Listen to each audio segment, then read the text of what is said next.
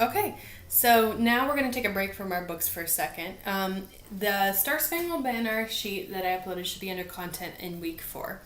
I printed out a copy for myself just so I can prop it up and play it, and I would urge you to also do the same thing, mainly because especially if you're recording yourself on your computer, it's going to be a little bit easier for you to just go ahead and put that up there and not have to worry about whether your phone or your camera is going to get in the way or anything like that. So I've got a copy printed off. It should look like this.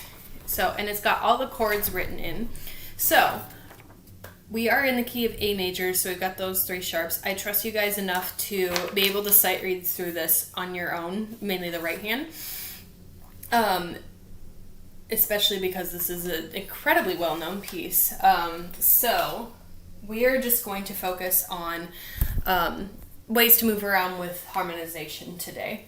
Thankfully, the chords are not super complicated, but if you're not as comfortable with moving quickly from chord to chord, I would suggest start off with the left hand first, really practice getting around in the chords, and then also practice the right hand before you even think of putting them together. The midterm is 5 weeks away, which doesn't seem like a very short amount of time. It feels like it'll be a while, but it will be here before you know it. At the same time, if you plan really well, then this should go fine. Okay?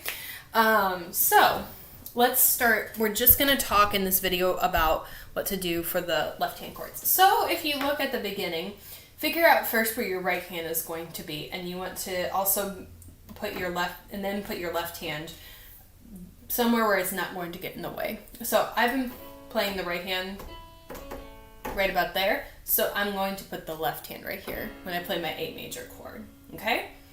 Alright, I don't know, inversion seemed pretty easy for you guys for that first assignment, and I have not gotten through the test yet. So we're going to move around in inversions. Okay? So we're going to figure out all the chords and then they repeat. So then we're going to just walk through this very slowly. Okay? Alright, so A major chord, we're going to start with just an A major root position chord. That'll be for the first measure. Then for the next measure, we move to F sharp minor. So F sharp minor is going to have F sharp, A, and C sharp in it as well. So we've already got the C sharp and an A right here. So all we're going to do is move from E up to F sharp right here. So we're going to go up to F sharp. Now the next measure says C sharp over E sharp. Both of those notes are in a C sharp chord. You can also do a 7th chord. What I was doing, so I was in playing A, C sharp, and F sharp, second inversion F sharp minor chord. And then I was just taking it and moving it down a little bit. So I kept the C sharp in place, and I have G sharp on the bottom, and then E sharp right here. And then I can just move back and forth. So when you get to there, let's just go back and forth a couple of times from chord to chord.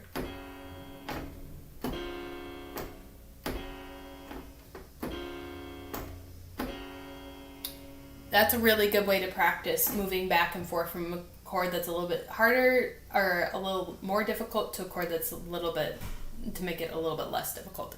I hope that makes sense. Basically, just if you have trouble moving between one chord and another, practice going back and forth several times. Okay? So then after that, let's see, we were on C sharp 7, and we're going to move back to F sharp minor. Now we look at B7. So notes of a B7 chord: B, D sharp, F sharp, and A. We can move there pretty easily from here. What I've been doing is A, D sharp, and F sharp. Maybe getting the B in there if I felt like I wanted to put a little extra effort in there, but honestly, those 3 notes are enough. So, okay? If you can get the A in there, that's also going to make it into a 7th chord. So, F sharp minor to B7, you only have to change one note in the middle. And then E major, I'm going to go down with G sharp in my bass. Okay?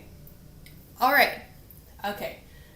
So, now, if we look at the next line, it says 6/4 after that. I preferring to just stay in root position because I think that's a little bit easier to move around. Okay? So, I'm going to do A, then move to E. We're going to pick up the pace. I'm just going to call out chords now. To A. And then we sit on that for a while. A. F sharp. C sharp. F sharp. B7. A. E. A. Then A again. Then E. Then A. E. F sharp. B7. E. And then A. Okay, now we're going to have some new chords. So with D, I just move up the top two notes to D and F sharp for that D chord. Then B minor, scoot the bottom one up. There we go. Okay. And then when we get to that, you can keep your chord on B minor or you can switch to D. I don't care too much as long as you're hitting one of the right chords right at the end.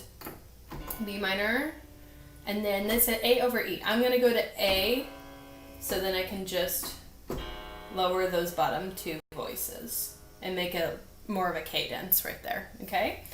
Then A, E, and then I'm going to go back to, choose to go back to A. And then one more A, and then E7 again. So this time I'm going to throw a D in there. Okay, so mainly the things that I'm going to be looking for that on the midterm, you're playing the right chords. Now when it has the choice between two chords, if you're hitting one of the right chords, then I'm going to give you full points for that. If you're playing like a chord that's not written, then obviously I'm going to dock points. I'm also going to be grading you based on how much you move around. So I want this to be as little effort for you as possible so you can focus on bringing out the melody. So what I'm looking for is not a lot of like jumping around like this. We shouldn't be hitting root position chords every single time. That's just way too much work, okay? And also I'm looking for a very steady tempo, so it can be pretty slow because, you know, it's up for interpretation what the tempo is. But I'm looking for the fact that you can not sit on a chord or on a note for a while, like if you were sitting and then you couldn't, and then we sit on there for a while you're looking for the next. I want you to be able to move from chord to chord really, really, really fluidly. Okay? All right. We will probably cover this again. This time we will practice putting the hands together. But for right now, I want you guys to focus on just doing the left hand. Okay?